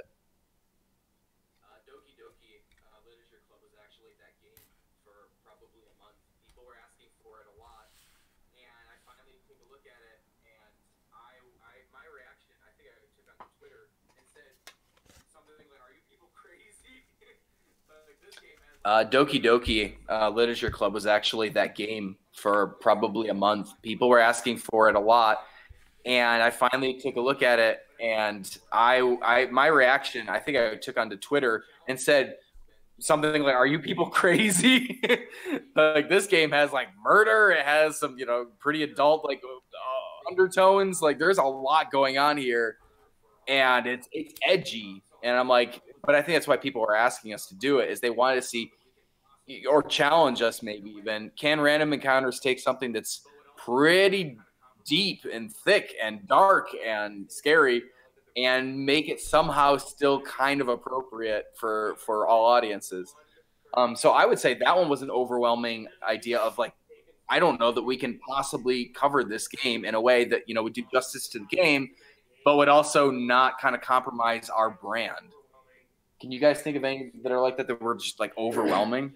I mean, we are planning one currently, but there's a reason we've taken so long, I think, to get to doing anything relating to Overwatch. The costumes in that game are so extravagant and so overwhelming and so distinct that it's just taken us a long time to finally nail down. That there's a how do we do lag it? Going on. What do we do, and how do we do it? It's unfortunate, but it's coming from YouTube's side once again. There's ideas in the pipeline, and we are planning one about 3 weeks back soon, but it's where it's taken a long time. Completely shut down. That YouTube just stopped completely. So I thank you guys for bearing with us. Hopefully on the replay, it's going to sound a lot better. Goatman asks, what about doing a Leisure Suit Larry? Leisure Suit Larry? Oh, yeah. Making attempts to get us to do something edgy and challenging. Well, it's Goatman after all. So, yeah, I expected a question like that to come.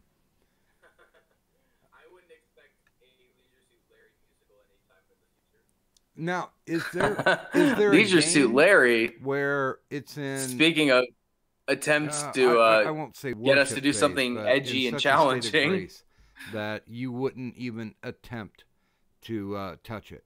Something that's and this is for the three of you, where you would be. Like, I wouldn't expect a Leisure Suit Larry musical anytime in the future to do it.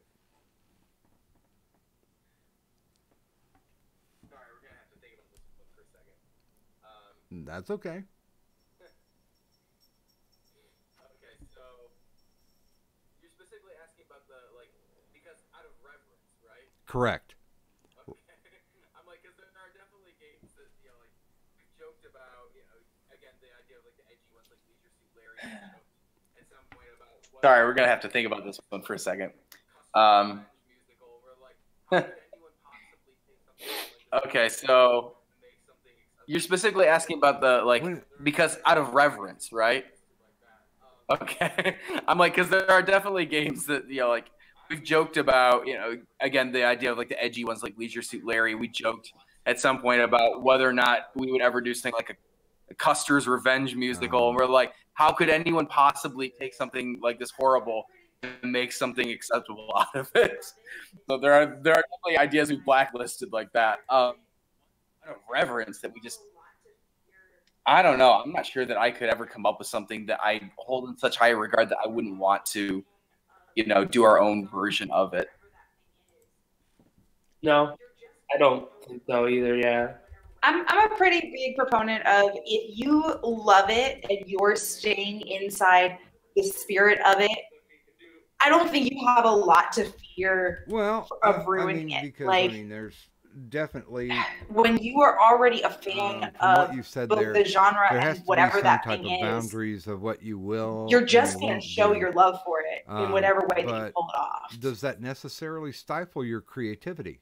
I mean, I feel like Hollywood's done a lot worse movies than we can do. So. I could see it.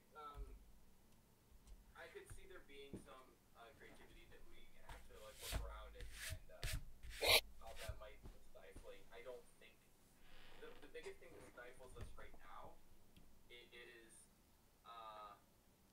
I don't want to blame the audience, but knowing which things our audience are interested enough to. I could see it. I could see there being some creativity that we have to, like, work around and how that might be stifling. I don't think the biggest thing that stifles us right now is I don't want to blame the audience, but knowing which things our audience actually are interested enough to click on. Because at the end of the day, if we want this to stay a full-time, business that we are going to stay completely invested in, we have to make sure that most of the projects we put up are things the audience will click on, and hopefully watch more than once, or even buy a song, from us, or stream it on Spotify or something like that. So that in some ways is the most stifling factor, is going, we can only do so many that are for us before we have to make sure that we're making things, whether we like the game or not, that a bunch of people on the internet would rather see instead. So if it were up to me, the games that I enjoy the most are all things Nintendo has made. I would probably make nothing but Nintendo day after day. But the honest truth is that I am not the average person watching Random Encounters. And I have to give up a few of those Nintendo game projects to make sure that we're covering things that are actually trending, that Let's Players are playing, that YouTube fans are really, excited about the lore and the theories for, and things like that.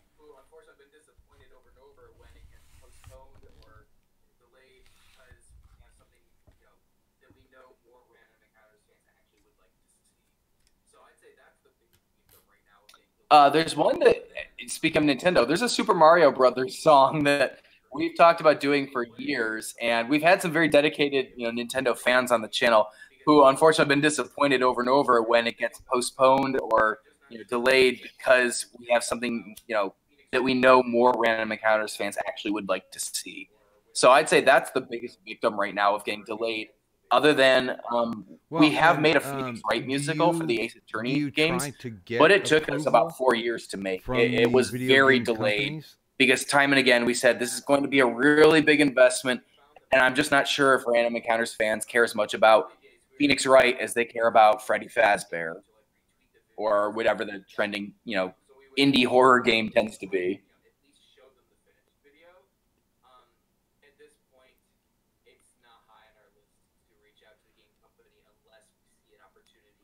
Not so much at this point. We found that most of them just aren't even in touch. In the early days, we were actually quite delighted to try to get them to retweet the videos and things like that. So we would actually go out of our way to try to, at least show them the finished video. At this point, it's not high on our list to reach out to the game company unless we see an opportunity for basically cross-marketing with them. But a lot of them, I think, a good example, unfortunately, is that Inkling song that we've referred to. That is in cooperation. It's sponsored by Nintendo. It's meant to help market Super Smash Bros. Ultimate, which comes out on December 7th, and you can pick up the game that day for Nintendo Switch. Sorry to plug, but that because it was in cooperation. Sorry. Okay. Because it was in cooperation with Nintendo directly, they also had more creative control over the product, which meant, they got to look at it several times, and they actually sent it, I think, over to Japan, which obviously has we're in the, California Pacific time zone. And so sending a video file over to get notes, from a corporation in Japan means, there's a delay waiting to hear that feedback and find out what they like and what they didn't like. And then you have to figure out which changes, if you're okay, are truly, important to make, to get them on board with it. So there was a lot more thinking, and we had to sacrifice some things for the video in order to make sure that, the mother company really This is the latest, and I'm sorry, I didn't hear that. When does the game actually come out? And so, in anticipation. This video is sponsored and approved by Nintendo. Yeah, we're okay with it. Is that Super Smash Bros. Ultimate? Calm down, you can play next. Calm down. Is that Super Smash Bros. Just okay? It's Super Smash Bros. Ultimate. December 7th. This video is sponsored and approved by Nintendo.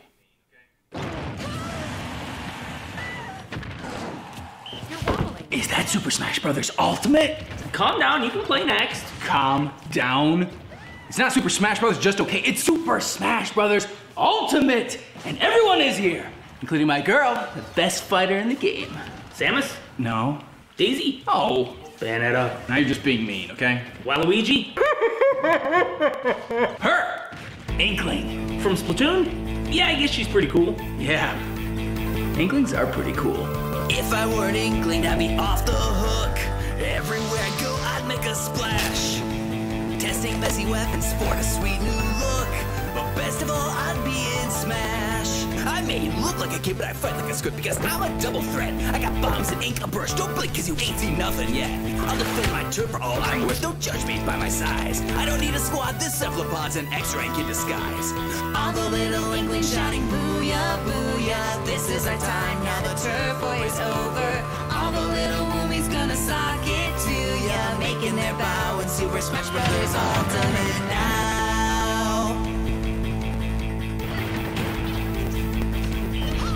If I was an inkling, life would be so fresh. Decked out with a brush and slasher pail. Wearing trendy styles, all my clothes would mesh. And I could show my friends my killer whale. Sure, I'm new in town, but I'm fully down for a Mori Towers brawl. I can sneak and slide through my ink and hide like a ninja squid, y'all. Fighting Fox or Crom, I can drop the bomb, I got all the coolest toys. And I'll bump you chump with a super jump, cause you're in my world now, boys. All the little inklings shouting booyah, booyah. This is our time, now the turf war is over. All the little woomies gonna sock it to ya, making their bow in Super Smash Bros. Ultimate now. We're here, let's go. We're fighting Mario. We ain't afraid of Kirby or Lucario. We're armed for war, no waiting anymore. Whoa, whoa. We're down to fight. We'll battle Meta Knight, then tackle Pikachu and Isabelle. That's right, we're here to win. So let the games begin. Let's go. If I was an inkling and an all-star cast, I would be a cut above the rest. If I was an inkling, I would be in Smash, going toe-to-toe with all the best. And I may be cute, but watch me shoot and then let's see what you think. Cause I'm here to stay and spray all day, so get used to all the ink. When I'm running low, I already know from the level on my gauge. So don't mess with me, I'll successfully come and throw you off my stage. All the little inklings shouting booyah, booyah. This is our time, now the turf war is over. All the little woomies gonna sock it to ya, making their bow in Super Smash Bros. Ultimate. If I was an inkling, I'd say booyah, booyah. Everyone's here, it's the ultimate showdown. Gonna crash the party, take the fight straight to ya. Speaking of which, grab a Nintendo Switch and stay fresh.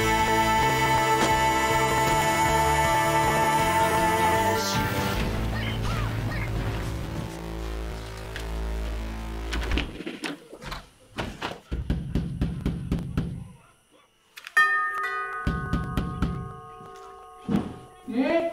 Nate, are you in there?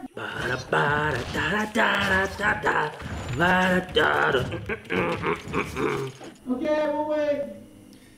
And I... Inklings are pretty cool, but you're not.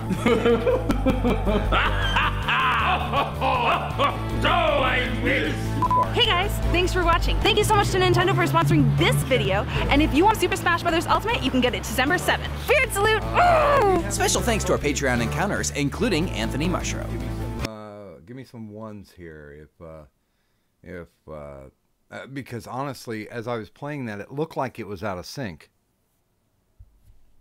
And I'd like to thank YouTube for screwing around. Yeah, we're winding up. I know you guys have got things to do because you're busy. But can we take some time out here? And I'd like to hear from each and every one of you,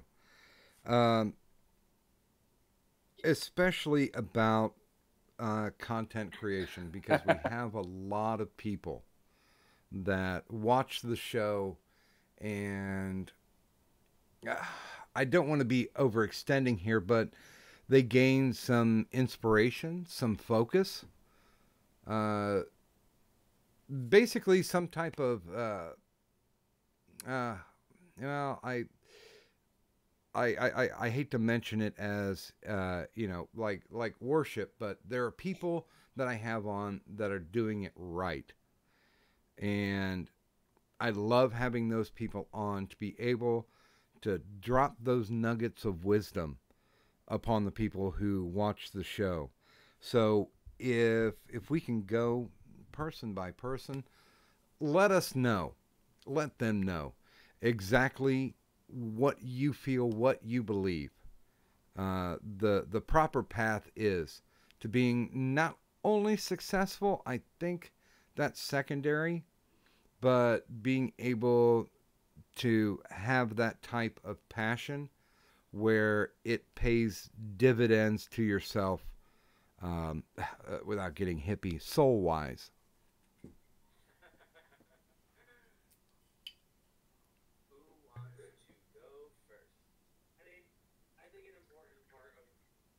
Staying motivated and hopefully leading to success is you really have to like what you do. If you are doing something because it's what you think others will want and not necessarily what you want, then Who wants to go first? I mean, I think an important part of staying motivated and then hopefully leading to success is you really have to like what you do.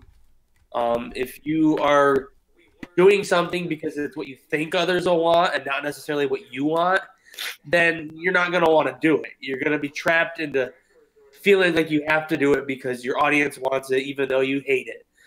The lucky thing for us is our audience generally wants what we do, and we love what we do. Like, we wouldn't be doing it if we didn't love it, and even if we weren't successful doing it, we'd still be doing it because we love it. Our channel could have a 1,000 or less subscribers or whatever, and we'd still be doing it because it's what we like to do. So I think that's a big part of staying motivated is you just have to like what you do.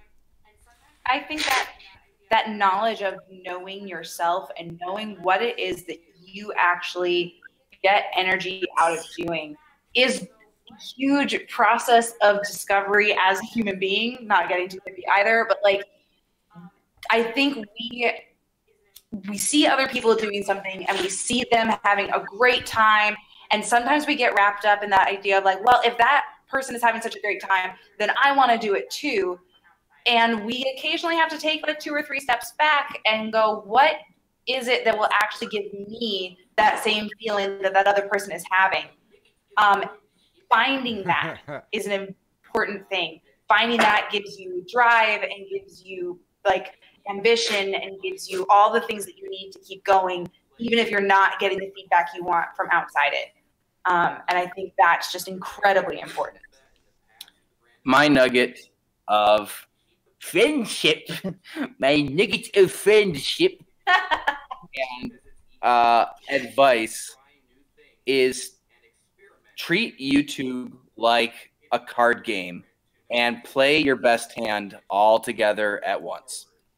Another way I've phrased that in the past with random encounters is keep the playing field tipped in your favor as often as you can, because it's easy to want to try new things and experiment, but it's also important to know your strengths and to put your best foot forward.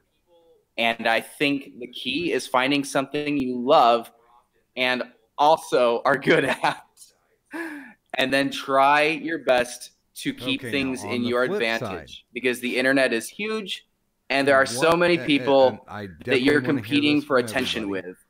And it doesn't always have to be a competition, but you should know that people that play to their strengths float to the top more often than people that put forward their weaker sides. So that's my advice. One thing to look out to avoid. Flip side. What do everybody?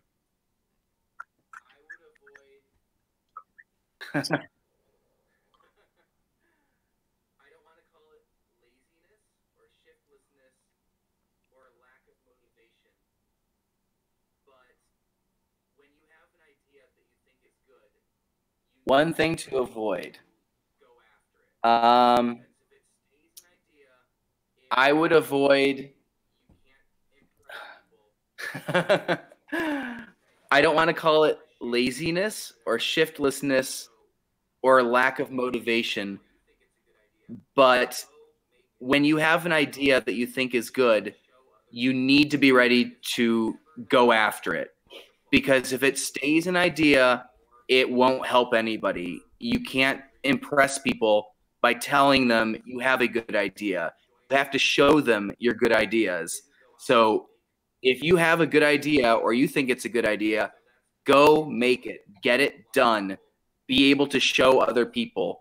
Because we could never have had Markiplier or Nate Wants to Battle or Matt Pat or any other YouTubers really come help us on videos and join Random Encounters And I get to if these we didn't go out symposiums and make where people are like, videos "Well, I've got first this that would idea." impress Well, them. great. So that's Send very me the important, story. and a Well, I lot of haven't people written it yet. don't seem to realize. And it's like, don't well, keep then your it's good not a ideas good story at ideas. this point. They need to go get made Once you one way or actually another. write it, even if you think it ended badly, you've got it finished. Send it over. I'll be happy to take a look at it. I don't want to discuss ideas. I want to see what you've actually done.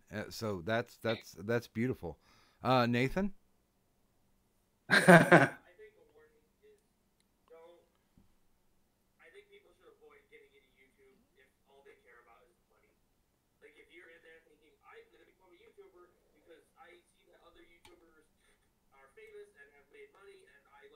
Mm.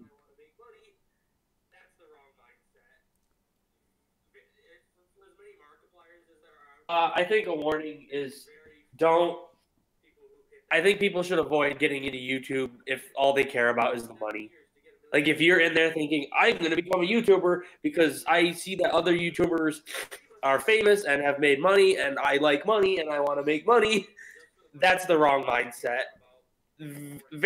For as many Markipliers as there are out there, there's very few people who hit that level of success on YouTube. That's great. And it took our channel because 7 the years fact to that get 1 million YouTube subscribers. is no It's longer not a quick and easy process for pretty much everyone out there. A money-making scheme so at this point. If you're It's in it now, just for the money and don't really how creative care can about you be? or enjoy And like I what think you're that- doing I to think make that money, folds you're gonna into have a really the rough go whole of it. personal So- experience. You know what you're actually getting out of it, and Gwen.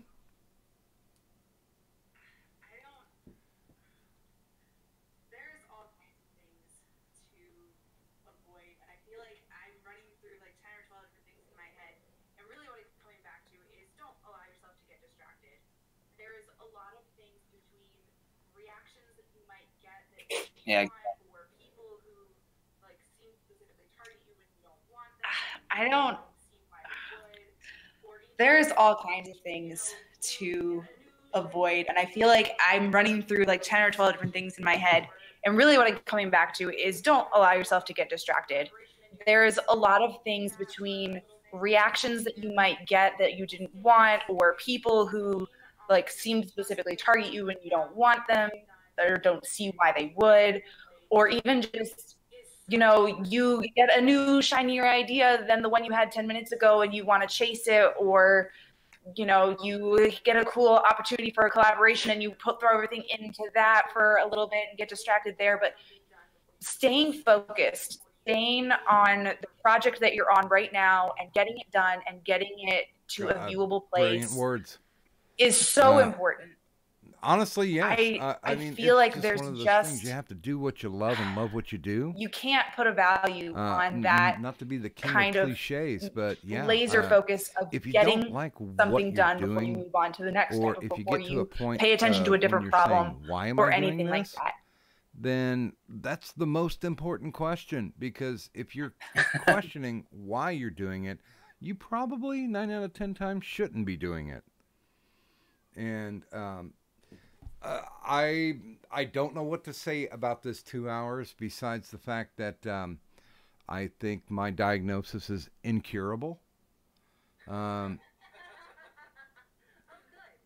think that there's no way that you can cure talent like this, passion like this, creativity, commitment, and of course I've got my wrap up to do, but yeah, let me just speed through this real quick, and then we'll get to the end. Oh, of good. It. It's And turn. I would like to thank all the audience who came out. And of course, you know, we do this every Tuesday at 8 p.m. Eastern Standard Time. Next week, we're going to be talking to the creator of the No Sleep podcast. So if you've ever listened to a creepypasta, if you've ever enjoyed a creepypasta, then come out with my conversation with David Cummings. That is going to be a very good time had by all. A little behind the scenes, Dave and I have worked together for quite a few. And I think this is going to be a good explanation about if you want to be a creepypasta writer still, the genre is not over with yet. So tune in for that. And of course, most of you know that after the 2 a.m. hour Eastern Standard, you can catch us on the Insomnia Ramble stream. That's with me and Kadant.